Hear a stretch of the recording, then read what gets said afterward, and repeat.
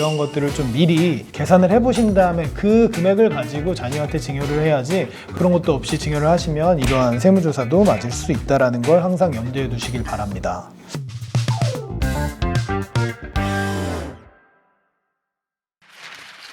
안녕하세요. 안녕하세요. 동성회계법인 대표회계사 박병곤입니다. 반갑습니다. 안녕하세요. 동성회계법인 간판세무사 유상현입니다. 자, 오늘은 저희가 국세청 보도자료 가지고 해설해 나가는 시간 한번 가져볼까 합니다. 보도자료 제목이 강남 4구 마용성 등 고가 아파트 증여 국세청 2077건 전수 검증 나선다. 무시무시해요. 강남 4구하고요, 마용성의 비싼 아파트들을 이제 자녀에게 증여하는 케이스들, 여기서 이제 세금 탈루된 것들이 있는지 없는지를 그 2077건을 전부 다 검증한답니다. 그래서 이제 이런 것들을 한번 같이 보면서 이런 계획을 세우시는 분들 또는 이미 이런 일들을 행했던 분들 한번 리마인드 해보는 그런 시간이 됐으면 합니다. 사실 전수조사라는 건 되게 무서운 건데, 편법 증여가 있었는지, 증여 재원을 어떻게 했는 건지, 아니면 저희가 증여세를 신고할 때는 시가를 산정하는 문제가 항상 있는데 시가는 제대로 한 건지, 이러한 부분들을 정밀 검증하겠다는 겁니다.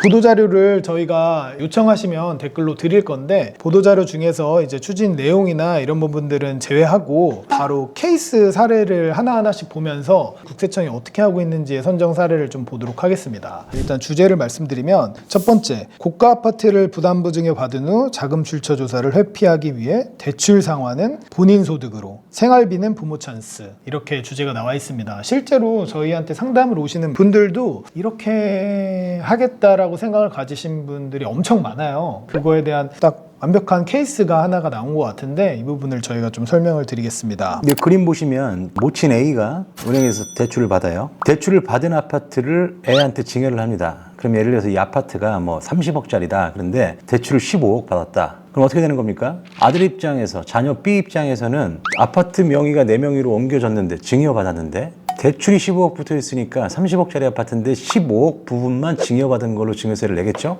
그리고 엄마는, 모친 A는 그 15억 대출받은 부분 양도세를 내는, 이런 거를 부담부 증여라고 합니다. 그러면 이제 그 대출 15억 붙은 거를 이 자녀 B가 갚아야 될 거 아니에요? 그건 자기 월급으로 따박따박 받아서 갚아 들어가는 계획을 세우고, 본인은 뭐 먹고 써요? 엄마한테 또 기대갖고 돈 받아 쓰고 산다, 이런 취지예요. 그런 것들 잡겠다라는 겁니다. 보통 이제 엄카라고 하죠.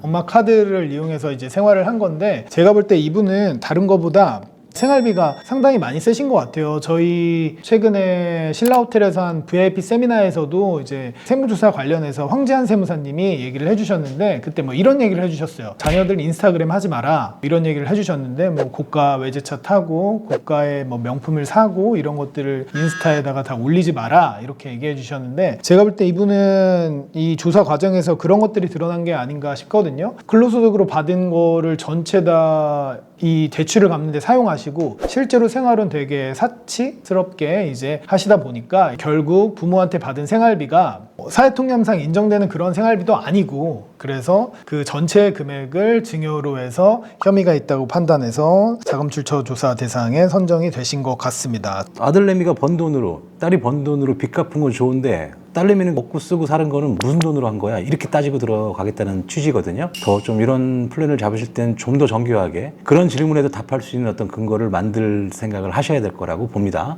두 번째 사례입니다. 주제를 말씀드리면, 부친으로부터 수억 원의 고가 아파트를 부담부 증여 받으면서 특수관계인에 대한 임대보증금을 미상환하여 증여세 탈루. 이 부분도 이제 대표님이 내용을 설명해 주시면 좋을 것 같은데, 자, 이거는 그림 한번 보시면요, 부친이 씨, 임차인이 외할아버지인데 비싼 아파트겠죠. 그 아버지 아파트에 장인어른이 세를 얻어 사는 겁니다. 30억짜리 아파트에 전세보증금 20억 정도 집어넣고 사는 거예요. 그런 상태로 증여를 해버리면요, 30억 아파트인데 보증금 20억, 그 채무도 자녀한테 가니까 자녀는 10억 받은 거에 대해서만 증여세 신고했을 겁니다. 그래 놓고 임대차 계약이 뭐 2년, 3년 끝나고 나서 끝났으면 이제 20억 내줘야 되지 않습니까? 안 내줘. 어물쩍 지나가. 시간도 지나갔으니까. 증여세 신고도 하고 별말도 없었고, 세청에서. 근데 신규 세입자를 받아요. 신규 세입자가 들어올 때는 20억 보증금 내고 들어와야 될 거 아니에요. 그 20억을 자녀가 닦아 쓴 거예요. 호화생활 영위한 겁니다. 30억짜리 아파트가 넘어가는데 20억의 채무가 붙어서 넘어가서 10억만 증여세를 과세했을 시에는 20억 채무에 대한 사후 관리를 국세청은 빡세게 합니다. 상속세 신고할 때도 마찬가지예요. 그냥 대충 어물러지는 게 아니에요. 근데 이런 착각에 빠져요. 상담해보면 납세자들은 지금 막 어떤 증여 플랜이다, 부담 부증이다 이런 것들을 계획 잡고 국세청에 증여세 신고하고 이게 3개월, 6개월, 한 1년 지나도 별 소리 없어요. 증여세 신고하고 나서 뭐 소명하라고도 안 해요.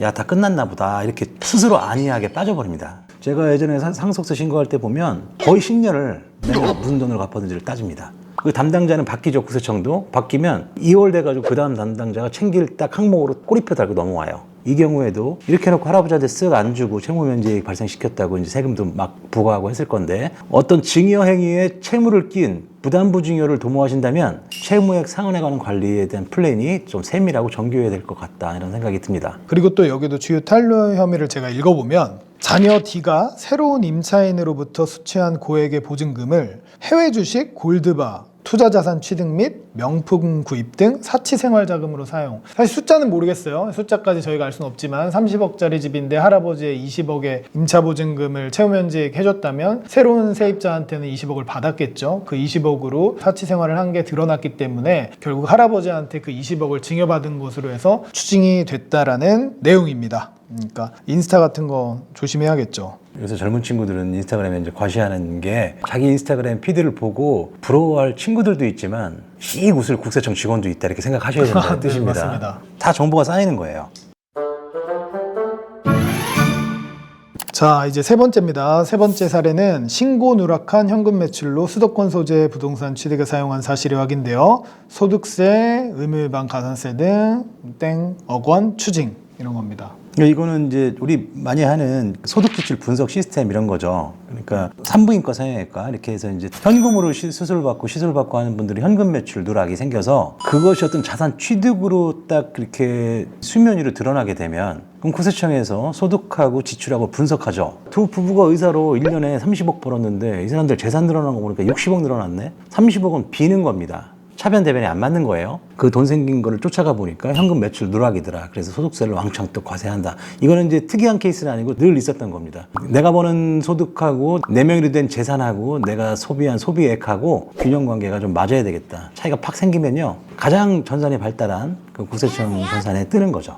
그러니까 결국 이제 PCI 분석이라는 게 있기 때문에 자녀한테 증여를 한다라는 건 어떠한 새로운 자산이 생기는 거잖아요. 그 자산에 대해서 이제 자금추적 조사가 나올 수 있다라는 걸 항상 염두에 두고, 내가 여태까지 신고된 소득은 어땠고 소비는 어떻게 했고 남은 돈이 얼마여서 얼마로 이 집을 샀는지, 이런 것들을 좀 미리 계산을 해보신 다음에 그 금액을 가지고 자녀한테 증여를 해야지, 그런 것도 없이 증여를 하시면 이러한 세무조사도 맞을 수 있다라는 걸 항상 염두에 두시길 바랍니다. 예, 그 국세청 보도자료 사례들이 여러 가지가 있어서 이게 한 편에 다 못 담을 수가 있을 것 같아서 그 다음 사례, 총 사례 6가지거든요. 그 다음 사례는 다음 편에서 설명도 해보는 걸로 하겠습니다. 지금까지 영상이 도움이 되셨다면 구독과 좋아요, 알림 설정 부탁드리겠습니다. 네, 감사합니다. 그래서 젊은 친구들은 인스타그램에 이제 과시하는 게, 자기 인스타그램 피드를 보고 부러워할 친구들도 있지만 씩 웃을 국세청 직원도 있다, 이렇게 생각하셔야 된다는 네, 뜻입니다. 맞습니다.